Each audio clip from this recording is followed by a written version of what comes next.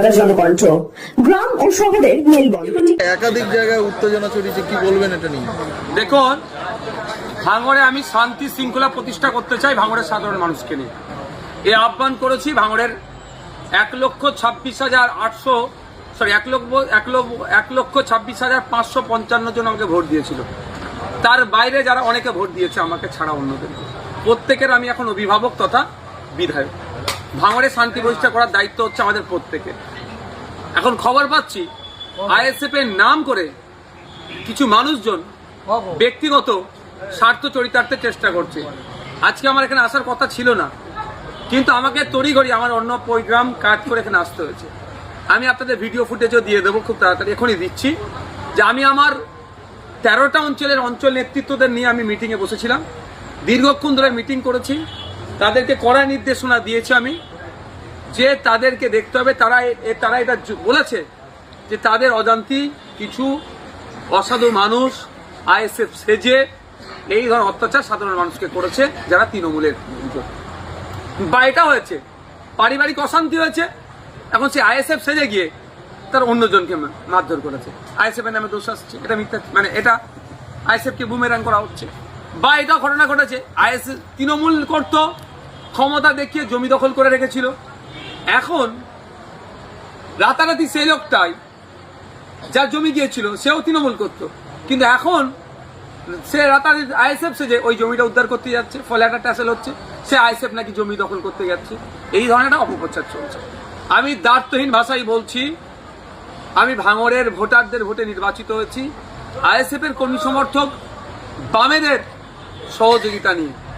আমি এখন প্রত্যেকটা ভাঙড়বাসীর এমএলএ, সুতরাং প্রত্যেকটা ভাঙড়বাসী যাতে শান্তির সাথে থাকতে পারে, শান্তি শৃঙ্খলার সাথে আমরা চলাফিরটা করতে পারি, সেটা দায়িত্ব আমাদের বর্তায়। তাই আপনাদের বলবো, আপনাদের মাধ্যমে সাধারণ মানুষের কাছে, কারো পারিবারিক হোক বা সামাজিক হোক কোনো অশান্তি যদি হয়, যদি আইএসএফ এর কোনো নেতৃত্ব যুক্ত থাকে, সরাসরি আমাদেরকে জানাতে পারেন, তার বিরুদ্ধে কি ব্যবস্থা নিয়ে আপনারা দেখবেন। আজকে আমি যতক্ষণ পর্যন্ত ঘুমাচ্ছিলাম, তারপরে ঘুম ভাঙার পরেই ভাঙড়ের একাধিক মানুষজন আমাকে, অনেক সাংবাদিক বন্ধুরা ফোন করেছিল সে বিষয়টা নিয়ে।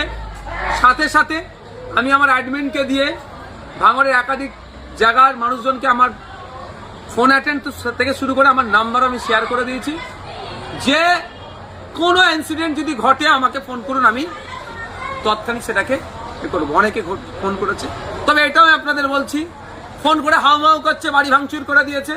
আমি বলছি একটা বাড়ি ভাঙার ছবি আমাদের অন্তত পাঠান, আর কে ভেঙেছে।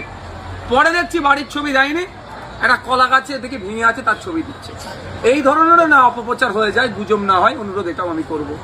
ভাঙড়কে শান্তিতে রাখা, ভাঙড়ের সম্মান রক্ষার দায়িত্ব প্রত্যেকেরই, তাই প্রত্যেককে আমাদের এগিয়ে আসতে হবে।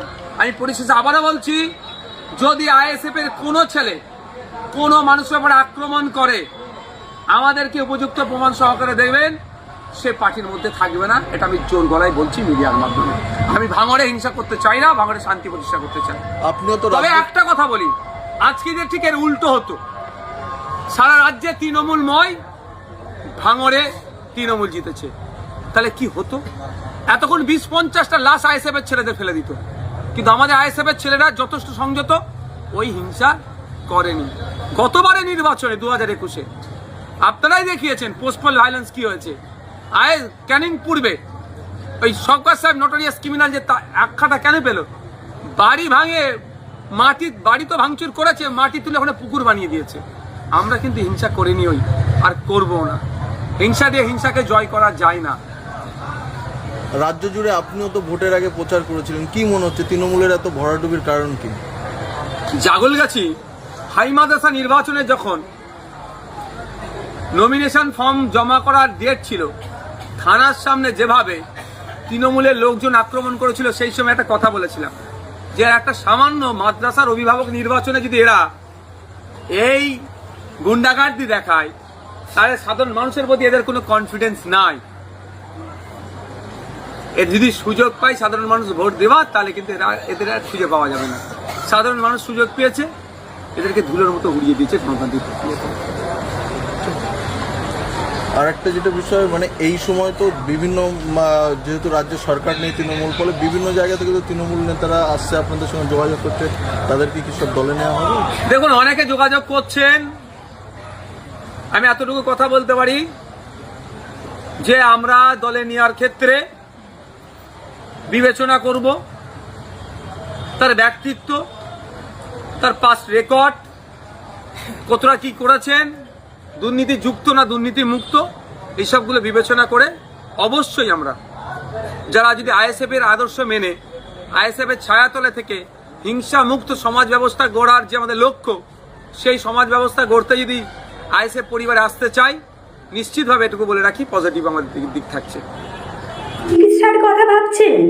আজই চলে আসুন শীর্ষ general and eye care hospital.